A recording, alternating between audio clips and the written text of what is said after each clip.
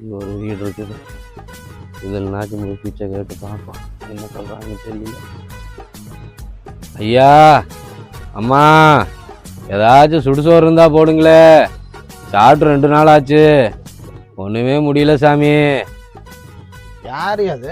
எனக்கே பழைய சோறு, உனக்கு சுடு சோறு கேட்குதா? பிச்சையும் கிடையாது, ஒன்றும் கிடையாது. முதல்ல போய் அங்கிருந்து. அப்போ சாமி, இந்த தட்டைப்பூடி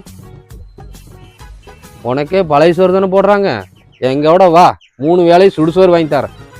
2 பேரும் சேர்ந்து பிச்சை எடுக்கலாம். ஏயா எடுக்கிறது பிச்சை, அதில் தெனாவட்டா பதில் சொல்லிட்டு இருக்கிறேன். பிச்சையும் கிடையாது, ஒன்றும் கிடையாது. முதல்ல இடத்துக்கு அழுவினியா?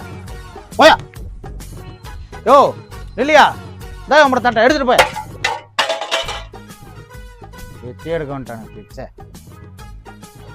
யோ, உன்னை எங்கேயோ பார்த்த மாதிரி இருக்குது. உன் பேர் என்னையா?